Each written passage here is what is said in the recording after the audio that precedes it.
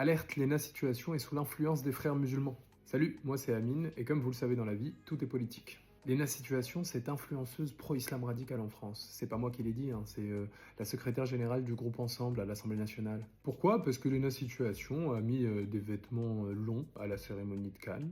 Et là, on a un double enjeu, le sexisme généralisé, une femme qui fait le choix conscient de se vêtir de manière avec des robes longues, etc. Ce n'est pas possible. C'est l'emprise d'une idéologie, de l'islam radical ou d'autres choses. C'est bizarre, quand Isabelle Huppert est arrivée avec une combinaison verte qui recouvre tout son corps en 2022, personne n'a parlé d'entrisme.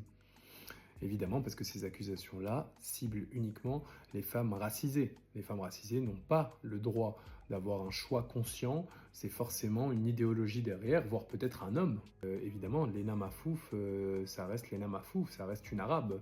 Donc une arabe qui fait le choix de se vêtir de cette manière est forcément en train de servir un agenda d'islam radical. C'est bien ce que montre cette séquence, parce que finalement, le lendemain, elle a mis une tenue différente et ça a quand même été très critiqué par les vieux réacs masculins qui supportent pas de voir ce genre de tenue sur des femmes et qui trouvent que c'est pas assez classe pour Cannes. Donc quoi qu'il arrive, l'ENA Situation a centralisé deux visions complémentaires en fait. Ceux qui veulent dévêtir de force les femmes et ceux qui veulent les vêtir de force. Et à la fin, c'est le sens de la lutte, c'est de dire tout simplement, laissez les femmes s'habiller comme elles veulent.